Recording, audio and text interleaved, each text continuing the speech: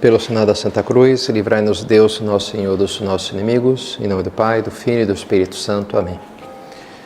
Meu Senhor e meu Deus, creio firmemente que estás aqui, que me vês, que me ouves. Adoro-te com profunda reverência. Peço-te perdão dos meus pecados e graça para fazer com fruto este tempo de oração. Minha Mãe Imaculada, São José, meu Pai e Senhor, meu anjo da guarda, intercedei por mim.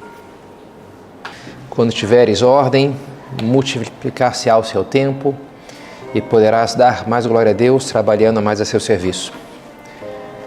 No início dos anos 90, teve um grupo de engenheiros que deixou a Apple para fundar uma empresa que é criar o futuro da tecnologia.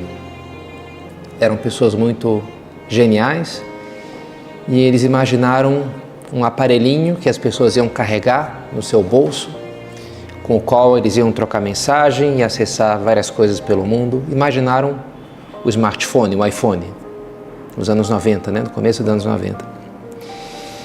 E era uma empresa assim, que tinha um capital, tinha um orçamento gigante, tinha as pessoas mais inteligentes, não faltava talento nem recurso, mas teve um problema que foi justamente o excesso de possibilidades.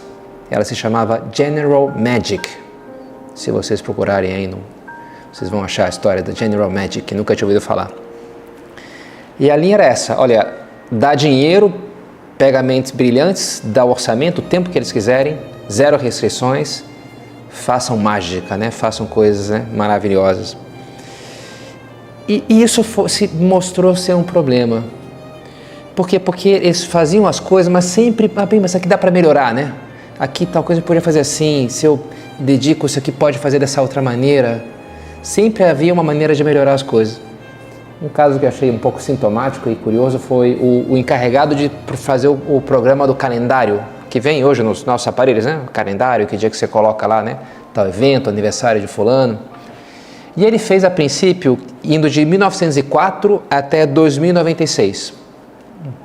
Um range razoável, Mas alguém falou, não, mas imagina que alguém quer colocar eventos históricos de 1500, então faz para ir até mais tarde, E ele fez até o ano 1, o começo da era cristã.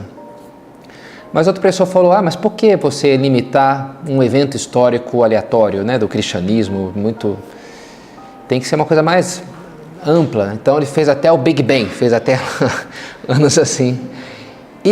E nessa, que ele, podia programar numa tarde de 4 linhas de código lá, levou semanas, porque agora, os números aumentaram muito, e como é que eu gerencio para você navegar para lá e para cá.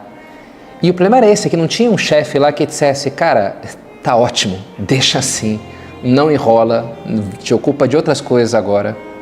Mas não tinha, que a ideia era liberdade total, zero restrição. E a coisa não funcionou. A General Magic, ainda que tinha todos esses mentes brilhantes que de fato previram o que ia acontecer na tecnologia, mas não se sustentou financeiramente, nunca cumpriu nenhum prazo, não conseguiam fazer nenhum projeto que fechava e que fosse comercialmente viável, não deu certo e fechou.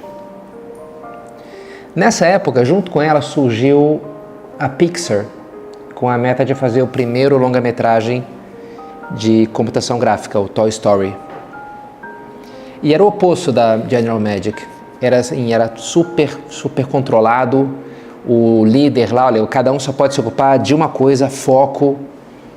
Mas isso aqui podia desenvolver mais esse personagem, tá, mas então qual outro a gente vai desenvolver menos, Nunca tinha a ilusão de que aqui os recursos são infinitos, Tudo era super contado, se você vai apostar aqui, então você tem que tirar da onde, e deu super certo, Pixar tá aí até hoje fazendo, grandes filmes, Faz a gente pensar,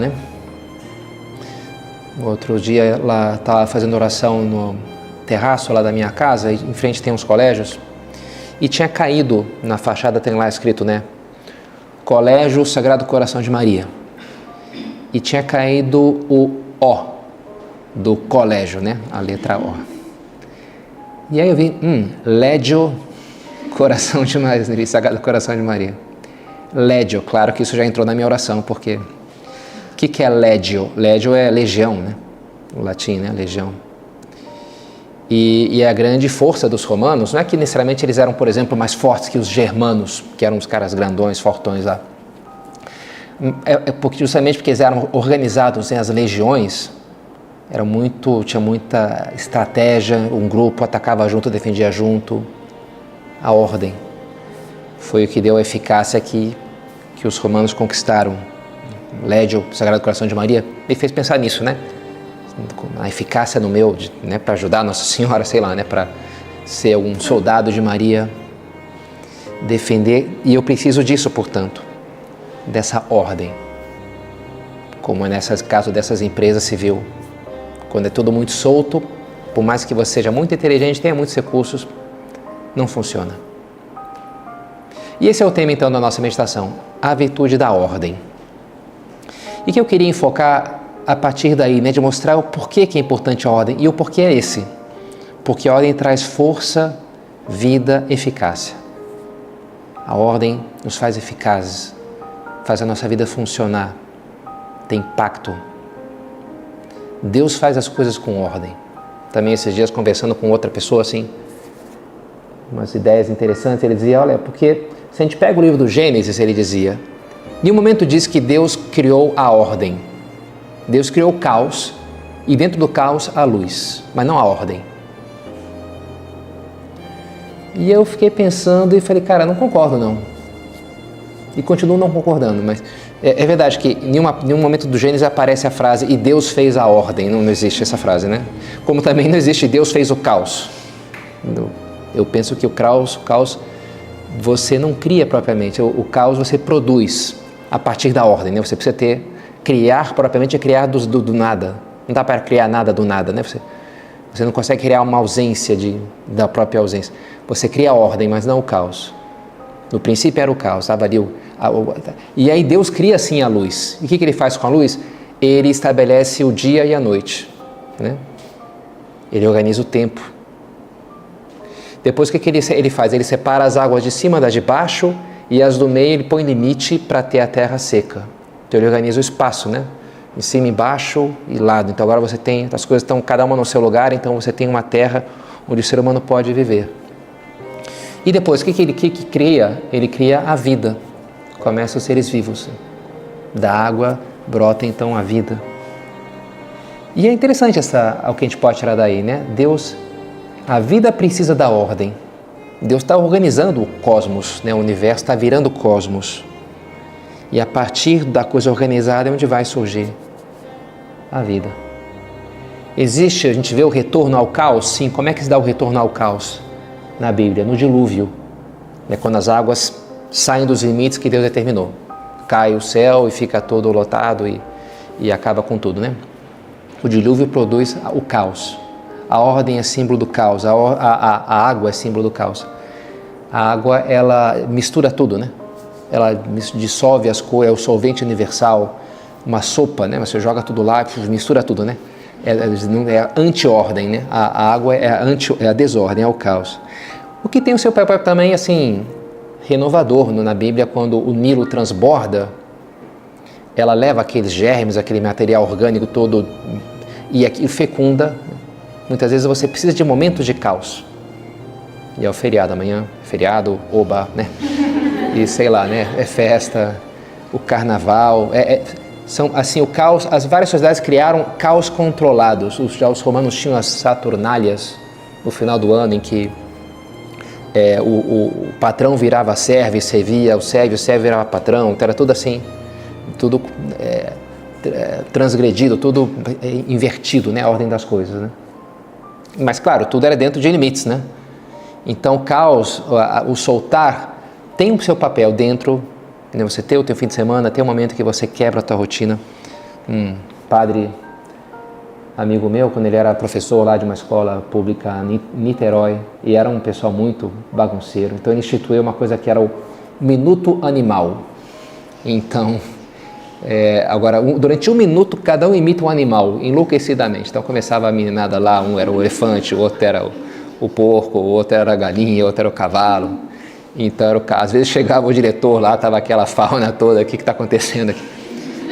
Mas então ele concentrava aquele 1 minuto ali, você pode fazer o que você quisesse praticamente. Aí terminou, acabou. Agora vamos para aula, né? Porque não dá para dar aula para elefantes e cavalos, né? Então, agora voltamos a ser gente.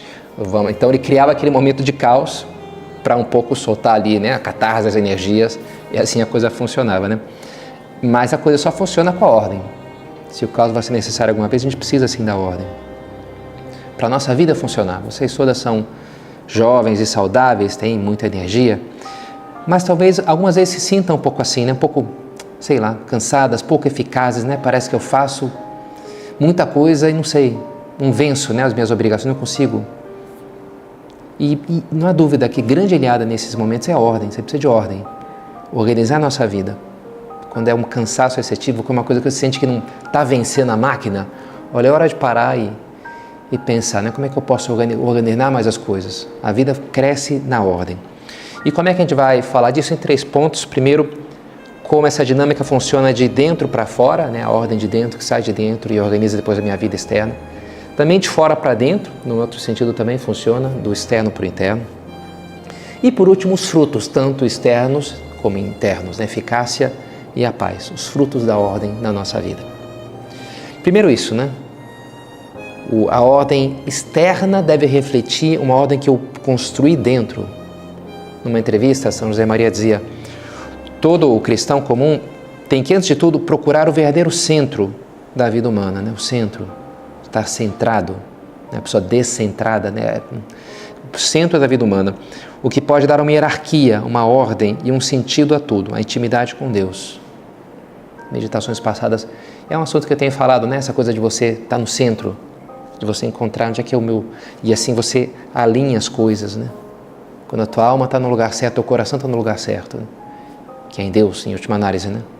Buscar Deus primeiro e sua justiça, todo o resto você é dado por acréscimo. Quando o teu primeiro, se ama Deus sobre todas as coisas, depois os vários componentes da vida acabam caindo no seu lugar, né? Quando não tem essa prioridade, essa hierarquia, não tem jeito, tudo vai ficar meio confuso, né? Buscar primeiro o reino de Deus. E a ordem externa virá a partir daí. Escreve o terceiro ponto de caminho, São José Maria, que o teu porte exterior seja reflexo da paz e da ordem do teu espírito. O porte exterior seja reflexo disso, né? Dessa ordem que eu carrego dentro. A gente falava, né, como a vida humana tem várias camadas, né? Você pode estar mais no externo, nas sensações, ou você pode estar mais no interno, na tua alma, Você pode fazer as coisas de forma mais reativa, porque, bem, dando resposta ali a um estímulo imediato, ou você pode fazer com mais consciência, a partir de um sonho, de um projeto, de um todo maior, né? Por que eu estou fazendo isso daqui, né? Um projeto maior. Stephen Covey, nesse livro 7 Hábitos das Pessoas Altamente Eficazes, que é um livro interessante, assim, né? E como ser eficaz, a primeira regra é essa, né? O primeiro hábito é esse: começar tendo fim em mente. O objetivo. Peraí, o que a gente quer aqui? Qual que é o objetivo dessa reunião? Tantas reuniões que é uma perda de tempo, né? Tantas coisas, né? Peraí, cara, por que a gente está aqui mesmo, né? O que a gente veio fazer aqui, né? A gente veio beber ou conversar? Beber, tá, então vamos, né? Sei lá, qual que é a nossa meta aqui, né? Vamos deixar claro para que a gente não se perca, né? Em coisas que não são o objetivo, né? Começar com o porquê. Quando é que a gente fala isso? 2 maneiras que vocês e eu também falhamos nisso: ativismo, perfeccionismo. Ativismo é sair fazendo as coisas, né? Meio sem pensar muito. Vamos lá, não tenho tempo. O Stephen Covey fala: esse é o péssimo administrador, aquilo que está sempre apagando incêndio, né? Urgente, está para lá, uma barata tonta, ruimzão, né? Esse é o péssimo administrador. Não funciona, você não é um bom administrador. Não, mas eu sou super eficiente, faço 1000 coisas. Não, você não é não. Você não é um bom administrador. Você é ativista. Você, né, que faz as coisas com alma, com sentido, né? A mãe de São José Maria tinha esse lema: alma, calma, ela falava assim, né? Fazer as coisas com alma, que implica fazer as coisas com calma. E aí você faz elas com alma de verdade, né? A gente vive nessa sociedade muito hiperacelerada de hoje, não é verdade? E que acaba sendo um certo conforto para a gente, o ativismo. Porque eu economizo isso, ter que pensar o que eu deveria fazer, né? Passo uma ideia de uma pessoa não preguiçosa, porque olha só tanta coisa que eu faço, né? Vou para cima e para baixo, né? Hoje passei o dia inteiro, aí vai aquilo, aquele outro, apaguei aquele incêndio, ajudei aquela pessoa. Você pode falar para o teu chefe, olha chefe, eu estou aqui, quem mais trabalha é que sou eu, né? Porque eu não paro quieta, né? Mas ao mesmo tempo, isso não é bom trabalho, né? Os trabalhos que realmente contam não são esses. Acho que já citei para vocês alguma vez um livro do Cal Newport chamado Trabalho Focado, Deep Work. Bem interessante assim, né? Que ele fala isso como as empresas, muitas mudaram essa política de conectividade total, todo mundo está aqui, abaixa as baias, todo mundo, a informação voando, todo mundo escuta o que todo mundo faz, responde e-mail na hora, tem que estar conectado, e viram como isso era péssimo para as empresas, né, para a produtividade. Então falando, não, zero de conectividade, não é para responder e-mail na hora, agora estão puxando para o outro lado. E ele que teoriza sobre esse assunto, né, o Cal Newport, ele fala, é porque você tem atividades que são mais rasas, shallow work, né? Mas você precisa do seu trabalho, que se você vai fazer uma coisa de útil na vida, você precisa ter deep work também, você precisa ter um trabalho mais profundo, de pensamento, de estudo, de inovação. Senão o teu trabalho vai ser, sei lá, né, pessoal, o meu trabalho é só ficar carimbando papel, jogando aqui, juntando o azul com o azul e o verde com o verde. Tudo bem, a nossa vida inclui coisas assim, né? E às vezes precisa responder mensagem, precisa... Mas ao mesmo tempo, sabe, você vai precisar de um momento de concentração, de deep work, né? De ser capaz de parar e pensar nas coisas, né? Isso é o que vai fazer diferença. E o ativismo é o oposto disso. É fazer as coisas sem prioridade, sem ordem, sem pensar muito, é só sair fazendo porque afinal de contas eu não tenho tempo, né? A gente gosta dessa ilusão. Eu não tenho tempo para me planejar, não tenho tempo para pensar. E aí pronto, eu me economizo essa coisa tão árdua que tantas vezes é você parar e planejar, né? Peraí, será que eu devia estar fazendo isso aqui? Será que isso aqui realmente é o mais importante? Será que essa é a minha prioridade? Será que eu estou? E aqui a gente cai então no segundo vício, né? A maneira de você não fazer as coisas com ordem, de fazer a tua atividade exterior não é informada pela ordem interior, que é o perfeccionismo, que é primo do ativismo, né? Se o ativismo é se perder na multiplicidade das coisas, como a gente vê Marta no Evangelho, né? Marta, te preocupas com muitas coisas, tá lá, né? Ativista, né? Mas não está no importante, né? O perfeccionismo, pelo contrário, é perder-se nos detalhes pouco importantes. Pouco importantes. A pessoa até está, quem sabe, num deep work lá, ela está, quem sabe, focada, atenta, querendo fazer uma coisa bem feita, não está com uma barata tonta, né? Só quer escolher a coisa errada para colocar o seu esforço. E ela está cuidando ali um tempo enorme na formatação da nota de rodapé, e ao mesmo tempo ela está perdendo o prazo da entrega do trabalho e o professor nem vai receber o trabalho porque está fora do prazo. Não, mas ficou muito bem feito, todas as notas de rodapé são perfeitas. Tudo bem, lamento, mas tem que entregar isso ontem, né? Passou o prazo, já era. Então, muito bonitinho que teve o teu trabalho, né? Muito perfeitinho, você se ocupou de uma coisa e deixou de lado o mais importante, né? Ah, mas aqui eu gosto, sabe? Eu não consigo, é a típica coisa em entrevista. Defeitos, perfeccionista. As pessoas falam assim, né? Para não falar nenhum defeito, né? Eu não consigo fazer as coisas mal feitas. Aí o cara fala assim, dizendo, no fundo eu sou um excelente trabalhador, você vai me contratar porque eu sou perfeccionista, como se fosse E não, perfeccionismo é uma coisa ruim, né? É um defeito mesmo. Porque a pessoa não faz o que ela deveria, né? Faz uma coisa lá que na cabeça dela. É bom que você queira fazer as coisas bem feitas. Só que, muitas vezes, não é você que define o que é estar bem feito. Ou o que é o melhor. Nesse caso, no exemplo que eu dei, entregar no prazo era mais importante do que entregar com a formatação na nota de rodapé, né? Ah, mas na minha cabeça, eu gosto mais de nota de rodapé, eu sou fanático por nota de rodapé. Tá bom, mas você não serve então para fazer isso aqui, que você está com prioridades equivocadas, né? No fundo, eu não sei, um certo egoísmo, um autocentrado, é você que faz as coisas da tua cabeça, do teu jeito, mas não como a realidade pede, né? Como o teu chefe precisa que você faça, como o professor estabelece, né? As regras que há no mundo. E por isso, né? Mais uma vez, eu preciso combater isso antes do lançar-me para o que é o meu impulso. Ah, legal, vou fazer isso aqui, né? Que eu gosto. Mas será que é o que eu tenho que fazer, né? Questionar isso, né? Me mover não pela uma vontade mais superficial, mas por algo mais profundo, mais refletido. Me pergunto qual que é o objetivo aqui, quais são as condições que eu tenho que observar, qual é o método mais eficiente. encarar assim, né, a nossa vida, nos estudos, nessa prova, esse trabalho. Como é que eu vou fazer isso, né? Será que é melhor eu deixar para a véspera e virar à noite, né? As meninas de arquitetura são as que mais viram à noite fazendo trabalho, que ficam esse tempo, né? Enfim, várias outras também, muitos estudos. Mas, sei lá, a gente faz a gente pensar, mas será que não dava para, sei lá, distribuir essas horas aí ao longo do tempo? Não renderia, com certeza, né? Do que deixar ali para a última hora. Então, que o externo nasça de uma luta pela ordem mais interna. Agora, também existe a via contrária. A ordem externa também é verdade que ajuda para construir a ordem interna. Não é difícil da gente se dar conta disso quando você vai estudar e a tua mesa está o caos, né? E está ali 1000 coisas, ou quando está num lugar com barulho e confusão, né? Você quer silêncio, você quer limpeza, você quer as coisas claras, movimento, som, as coisas fora do lugar. São estímulos que me puxam, que me pedem atitude, resolver, enfrentar, né? O cérebro humano é feito para você filtrar as coisas que estão paradas, as coisas que são normais, as coisas que estão no seu lugar e prestar atenção no que está fora do lugar.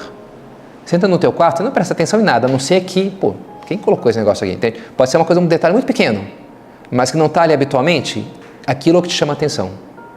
O resto todo você filtra. A gente tem essa capacidade, é muito importante, a capacidade de não ver, né? A capacidade de não enxergar as coisas, não de ficar maluco. Agora, está tudo, né, fora do lugar, é um barulho, você não consegue, né, pensar em nada, né?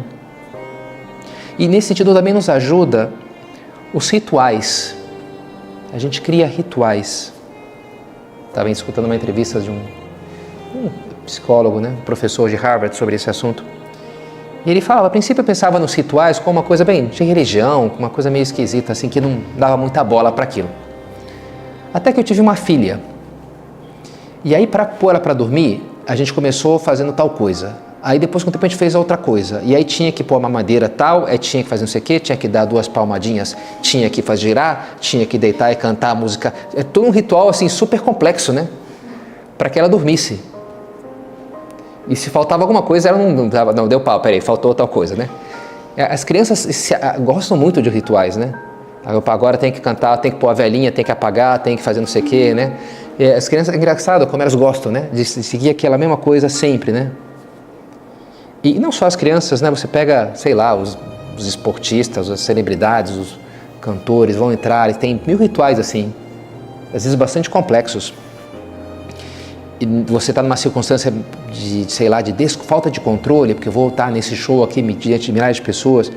O ritual faz você se sentir em casa, você sentir que você tem algum controle sobre aquilo, né? Eu sei como fazer isso daqui, agora eu vou dar o saque aqui no Roland Garros, então clica 3 vezes a bolinha, faz não sei o que com o boné, puxa aqui a orelha, né? E aí joga, e aquilo então me coloca num lugar em que eu controlo, né? Que eu tenho domínio, um lugar conhecido. Claro, isso pode ser um extremo também da pessoa que tem toque, né? Da pessoa que tem uma insegurança crônica. Então, para qualquer coisa, para você tem que pisar só no preto, tem que dar 2 voltinhas quando eu chego em casa. Aí já é um negócio, uma busca de conforto patológica, né? Mas assim, é natural que na vida a gente vai ter momentos de uma certa insegurança e por isso nos ajuda, né? Eu me sinto aqui e eu vou na missa e tem o ritual da missa e aquilo eu sei o que vai ser agora e aquilo me conecta mais uma vez, me centra com Deus, né? Me ajuda. Até porque, assim, o ser humano, ele é multifuncional. O corpo humano, a mente humana, um pouco como ar-condicionado, alguns, não sei esse daqui, né? Mas pode esfriar ou aquecer. Aqui não sei se faz muito sentido ter ar-condicionado que aquece em Brasília, né? Mas em Porto Alegre fazia bastante sentido. Agora, você vai voltar, no carro é assim, né? Hoje eu pus lá para aquecer, porque estava para desembaçar. Aí você muda para o frio, ou muda para o quente, também não é imediato, né? Peraí, agora dá um tempinho aqui, deixa agora, você quer que eu aqueça? Então, peraí, deixa até rolar aqui, sei lá, as resistências. E o corpo humano é assim também, sabe? Você está no modo brincadeira, você tem que sentar para dormir, a criança, tem que ter um processo, né? E quem fala dormir, fala isso, né? Brigar, fala comer, né, as glândulas, a atividade sexual. O corpo humano, ele sofre 1000 transformações, assim, dos hormônios segregados no sangue e que muda até a tua percepção, 1000 coisas mudam se a tua atividade é uma ou é outra. O corpo está programado para esses vários modos de funcionamento, né? Mas você precisa dizer para ele, a pior coisa é você estar com o modo de funcionamento equivocado, né? Você está agora, era para dormir, eu estou super agitado, né? Era para comer, mas estou sem fome. Você quer estar no lugar certo, com a atitude interior certa, né?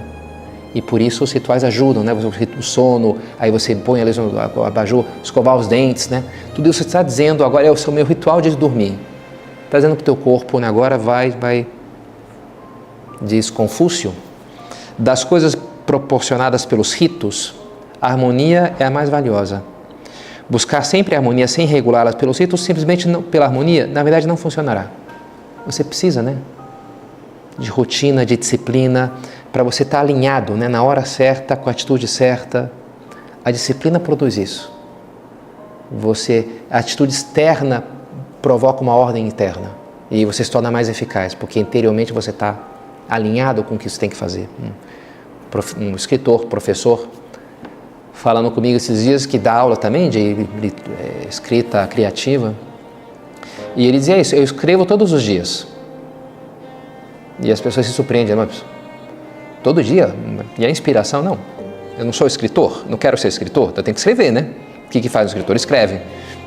E é claro que tem a criatividade, mas assim, a criatividade nasce na disciplina, nasce no esforço, né? Nasce você se propor ali. É interessante, vários estudos mostram que a criatividade cresce como se você tem mais restrições. Brainstorming, hoje em dia a gente fala, não funciona mais o brainstorming, né? Isso é muito solto demais. Se cada um escreve antes, tem que ter mais restrições. Você é mais criativo quando as coisas estão mais fechadas do que quando estão muito abertas, né? Então ajuda essas coisas de ordem, horário, rotina, planejamento. Isso vai te ajudar também a ter uma ordem interior maior. E os frutos que vêm daí, por mais que a gente já veio falando, né, um pouco de uma forma ou de outra, mas tem esses frutos mais internos e externos, né? O interno é a paz. A famosa frase de Santo Agostinho: Pax omnium rerum tranquilitas ordinis. A paz de todas as coisas é a tranquilidade da ordem. E ele fala, né, tem a paz na alma, do corpo, da sociedade. E sempre a paz vai ser isso, quando as coisas estão em ordem. Isso produz uma tranquilidade. A paz vem da ordem. Os judeus, eles falam isso, shalom, que significa paz, mas é um conceito mais amplo do que só a mera ausência de conflito. Por exemplo, uma hora Davi pergunta lá para o seu general, como é que está a shalom da guerra? E parece meio contrário, como assim, a paz da guerra, mas a guerra é a ausência de paz. Só que não, né? No conceito bíblico, essa ideia de shalom é como algo que está organizado. Você fala até desse objeto tá shalom, que significa, como um objeto pode estar shalom? É que ele está íntegro, ele está certinho, ele está organizado, não está quebrado, não está shalom. Então, essa própria ideia de paz no mundo hebraico implica essa ideia de ordem, que as coisas estão no devido lugar, né, na sociedade, dentro de mim. A harmonia, diz em Forja, São José Maria, a ordem dará harmonia à tua vida e te obterá perseverança. A ordem proporcionará paz ao teu coração e gravidade à tua compostura. Aquela pessoa que tem paz. Claro, algumas pessoas, isso varia com idade e temperamento, né? Você pergunta para o mais velho, o que você quer? Ele fala, paz. Ele fala, você quer para uma criança, o que você quer para o teu aniversário? Agito, né? Não quero paz, eu quero o oposto, né? E tem, sei lá, as sanguíneas que são mais, né, agitadas, os filomáticos são mais, né, melancólicos, mais, peraí, tá tranquilo, né? Mas independente de temperamento e idade, sabe, existe uma desordem, um agito que não é pacífico, né? Que tá desalinhado, é carência, é falta de harmonia interior. E mesmo a pessoa mais agitada pode viver essa vitalidade num clima de ordem, né? Que transmite uma paz, uma vitalidade rica, bem centrada. E outro fruto é a eficácia, né?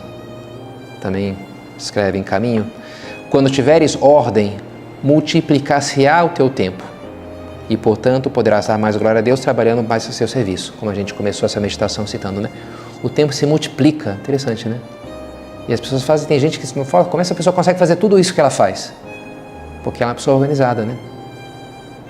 E às vezes pega uma pessoa que não tem nada para fazer e mesmo esse nada ela não consegue fazer, porque, sei lá, perco o tempo, já passei a manhã inteira, fiquei enrolando, pega para acordar, entrei no Instagram e aí, nossa, aqui que não fiz nada, né? Passou a manhã toda e não fiz nada. A ordem multiplica o nosso tempo, a desordem engole, some, né? Um buraco negro que o nosso tempo vai embora, né? Eficácia. Quando você organiza, o clássico exemplo é o laser, né? Que é a luz normal, mas que você colocou em fase, na mesma frequência, filtrou, então aquilo se usa o laser para cortar o aço hoje, né? Porque fica um corte. E é luz, né? É pura luz, não é que tem. Só que é uma luz organizada. Interessante, né? E aquilo dá todo um poder, porque você soma, se acumula. Na luz normal se choca as várias frequências e se anulam, no laser elas se somam. E aquilo acumula e ganha uma força impressionante, né? Nosso Senhor fala no Evangelho também da casa construída sobre a rocha, esse fundamento interno, remete a essa ordem interna, né? Na rocha, que aí vem a coisa externa, vem a tempestade, vem o vento, mas aquilo está sólido, forte, não leva embora, né? Uma pessoa com ordem, ela enfrenta e faz as coisas, né? E consegue levar a termo os seus projetos, e termina o curso, e termina o livro que ela começou, né? Porque ela tem ordem, e essa ordem dá disciplina, e as coisas vão até o final e ela se torna eficaz, né? A vida se torna eficaz. Não está refém da intempérie, seja das mudanças exteriores, da confusão que o mundo coloca, seja da instabilidade das nossas paixões, né? Da instabilidade interna. Quando a gente cresce na ordem, a nossa vida cresce a eficácia, e é gostoso isso, né? Ver que, poxa, como eu consigo fazer mais frente a mais coisas agora do que eu conseguia antes, né? Vale a pena, portanto, buscar essa virtude. Falava da legião do Sagrado Coração de Maria. Maria conservava essas coisas meditando-as no seu coração, diz São Lucas, né? Ela organizava as coisas, ela encaixava, ela procurava entender o que Deus queria dela, procurava se adaptar em cada momento, se alinhar à vontade de Deus. E desse modo foi como a vida dela ganhou toda uma eficácia maior do que a de qualquer outra criatura. Então vamos terminar pedindo a ela que nos ajude também a nós a ser dóceis e eficazes nas mãos do Senhor.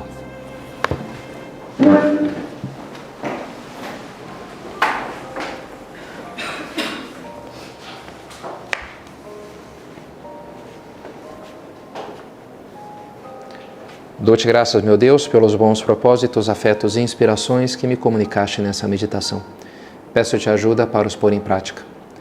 Minha Mãe Imaculada, São José, meu Pai e Senhor, meu anjo da guarda, intercedei por mim.